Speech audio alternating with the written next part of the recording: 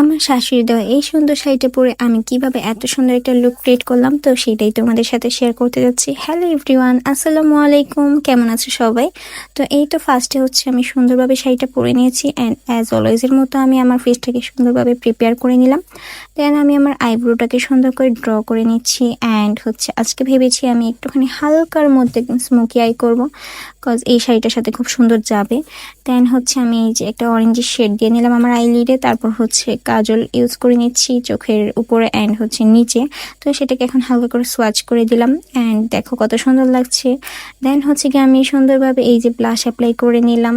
And এই শাড়িটা হচ্ছে প্রায় 25-26 বছর আগের শাড়ি, মানে আমার শ্বশুর যখন কিনে দিয়েছিল।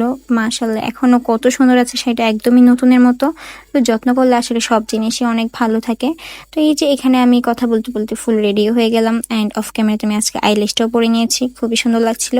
তো তোমাদের কাছে লুকটা কেমন লেগেছে অবশ্যই কমেন্টসে জানাবে অ্যান্ড যারা এখন আমার পেজটাকে ফলো করোনি তারা দ্রুত ফলো করে দাও যেন আমার নিউ ভিডিওগুলো তাড়াতাড়ি পেয়ে যাও।